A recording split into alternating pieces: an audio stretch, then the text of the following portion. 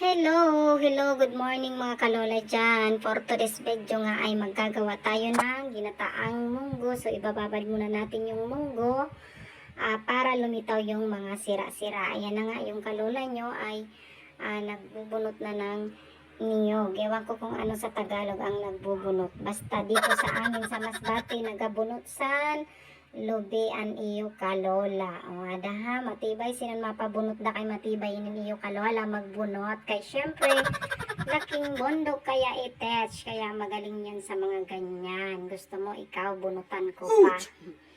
Ayan na nga, natapos na nga ni kalola mo yung isang anyong. So tinulungan na siya ng kanyang panganay. At shout out doon sa naka-extra. Si Buhana po yan. From Katayngan. Ayan, ang galing ng ating panganay balat ng nyog. Ayun pala, balat, magbunot. Ayun, isa lang yun. Basta maintindihan nyo, okay na yun. Maintindihan lang. Ayan, ang galing talaga ni kalolo nyo magbunot. Magbalat ng nyog. Tinulungan tayo kasi medyo mahirap din kaya magbalat ng nyog. Pero magaling ako niyan. Ayan na, magkakagod na si kalola nyo ng nyog. Magkakagod. Ano ba sa Tagalog ang magkakagod? Ewan ko, basta ganyan, magkakagod.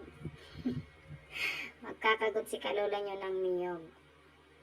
Ewan ko, pumunta naman ako ng Manila pero hindi ko pa talaga alam yung ibang Tagalog. Ang galing naman ang kalola nyo magkagod. Ang bilis-bilis. O, ayan na nga. Hinahalo-halo niya na at kinukuha na yung pinakaunang gata. Yan ang masarap dyan, yung pinakaunang gata.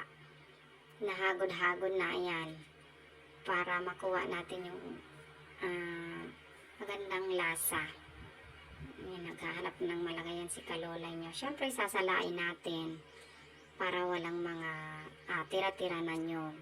At saka yung pangalawa naman, ayun naman ang ipapakulo ni kalola nyo doon sa munggo. Kasi gusto ko, yung iba kasi tubig lang, plain lang na tubig. Ako kasi gusto ko yung pangalawang katas ng nyog, yun ang gusto kong ipakulo doon sa munggo para mapalambot natin. At saka yan yung linulution ko after kong maligo. 'Di ba? Sulit. O, ayan na yung mga ingredients ng ginataan ni kalola nyo. Ayan, hindi mawawala syempre yung magic sarap.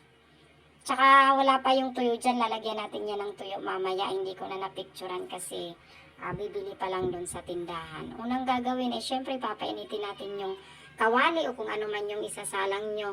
Nga pala, nagtataka kayo bakit binibidyo ko pa to, marunong naman kayo nito. Syempre, para dagdag sa ating views, diba? Malay mo, maawa naman yung iba dyan, manood lagi ng ating video at baka ito na yung ikayaman na charot. Hindi naman ikayaman.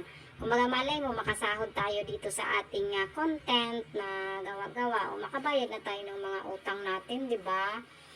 Dagdag na rin sa ating income kasi kahit barya-barya lang naman yung income natin. Ayun na. Papakuluan na yan ng kalola nyo kasi palalambutin muna yan. Gusto ko kasi malambot na malambot talaga yung munggo bago ko nilagay yung para gatao. Ayan na. Ko na. Diba magic lang? Nagsasalita yung kalola nyo. Ayan, makakaulam yan. na. Hindi yan kakainin lang namin na lang inalako ko yan kay yung income ba. Sayang ba yung income natin? O, wala kasi tayong income eh. O, ayan. Thank you for watching.